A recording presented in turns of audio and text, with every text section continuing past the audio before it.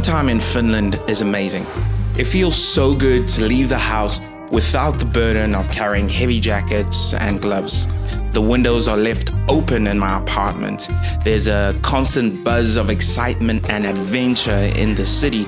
People open up like blooming flowers in the light of the sun.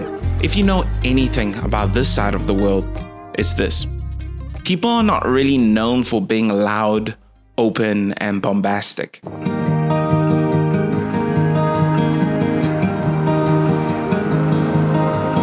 Personal space and being chronically aware of it are almost cultural norms. During the pandemic, there was a joke that the recommended distance people were mandated to adhere to when standing next to each other was way closer than Finns naturally stood. It is an exaggeration, of course, but there's a kernel of truth in it. Point is, when the country is brighter and warmer, the people are comparatively more easygoing. So I feel like when people talk about looking forward to summer on this side of the world, they're referring to more than just the weather. It's deeper than that. When the grip of winter begins to loosen after months, it stands to reason that people feel more hopeful, more full of life.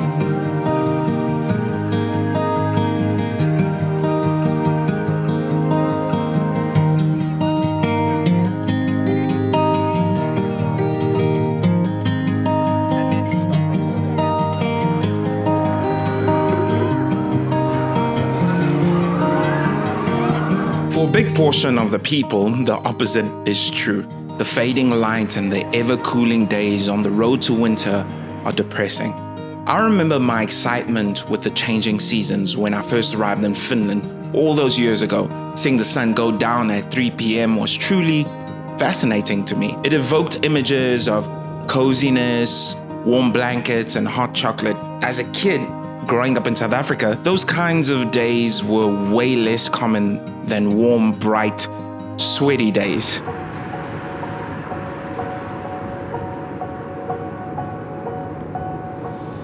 The first 2 weeks I was still caught up in wonder, going to sleep when it's dark and then waking up and it's still dark. It was exciting because it was novel. But as time went on, things began to change. Waking up in the dark, coming home after work in the dark, days felt short, my energy levels began to plummet. I felt like I was sleeping all the time. It wasn't fun anymore. There was a short reprieve when the snow first fell. It lit up the city and evoked images of Narnia as the golden light from the street lamps bounced off the thick white snow. It was a winter wonderland. After Christmas and New Year's, however, it also got kind of old. At this point, I found myself looking up at the gray sky, wishing for a short glimpse of the sun. As the days, weeks, and months rolled by and the sun remained hidden, it slowly became a distant memory. The dark and cold were all I knew. Okay, that is a little dramatized, but it's true. Just like I explained earlier, the effect had a deeper impact on society in general. Life slowed down dramatically. There were fewer events, less laughter. Folk walked around hooded and clothed in thick jackets to keep the cold at bay. Not many people want to stay out in the open for a moment longer than is necessary, which is perfectly understandable seeing that it gets ridiculously cold. There are also others who thrive in the world of gray skies and white snow. It's now the end of August and the weather is beginning to change. I'm gonna ask my girlfriend, who is Finnish and has spent her whole life in this country, to tell us what she thinks when she's ready. Around 20,000. No. I'm joking. Okay. Actually not joking, yeah.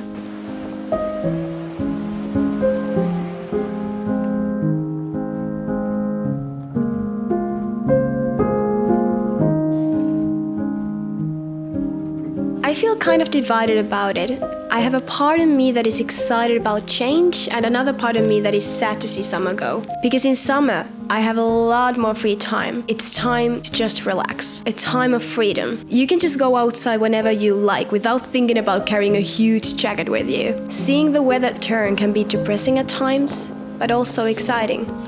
For me, the change of season also affects my work. So this season coming now means more work. And I love what I do, so that's not really a problem for me. I personally really enjoy the autumn as well.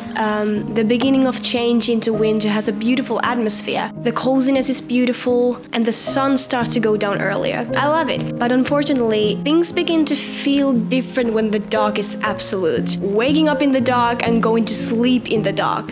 That sucks. For me, when that happens, it all depends on how I see things. I try and take more time for myself and make sure to feel alright with the fact that not a lot of things are taking place right now. It's like learning to be alright with yourself. I also understand that I might not have as much energy as I have in the summer. It's true that I don't really love winter when it's at its darkest point, but I try and focus on the good things that only winter can offer. I have more time to be around with the people that I love and care about, more time to focus on the beautiful connections that I have, like my friends and family. And me. Yeah. Well done. I resonate with a lot of that. Someone once said that the biggest pains in life usually come from fear of the future or regret from the past. I agree with that. Working hard to live in the present moment is the sweet spot. I don't always get it right, but it's a great reminder. Yes, there are aspects of winter that can be quite daunting, but I want to put something forward to you. When it's cold and dark, it feels like nature itself goes to sleep. The issue I fell into when I moved here was expecting myself to feel the same during that time, to have the same energy levels, to operate the same in life, but it's not true. Just like with everything in life, you have to learn to adapt. There are practical things you can do, like taking vitamin D as an example, or buying lights that mimic sunshine. However, I think the biggest shift needs to be done in the mind. Nature sleeps in winter. Things slow down. This should be something that we accept. Talking from personal experience, a lot of stress and worry weighed heavy on my shoulders when I found my energy levels to be lacking. I thought there was something wrong with me. Little did I know this was natural. It's completely alright. There was nothing wrong with me. Instead of dreading winter, I will try and embrace it. I will focus on the things I can control.